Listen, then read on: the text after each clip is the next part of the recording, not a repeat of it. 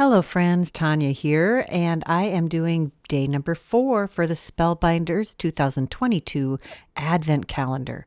Here's pocket number 4. Let's take a peek and see what we get today. I hope you've been enjoying this video series. Here we have another die set. What could it be?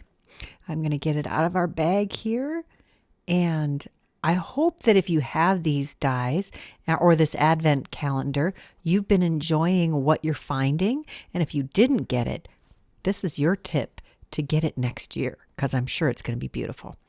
We have 4 dies here. It looks like the fine detail for happy and birthday and shadow dies for both of them.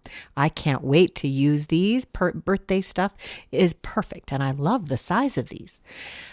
If you missed any of my other videos, check that description box below. And until next time, here's a couple more videos I thought you might enjoy. Bye-bye.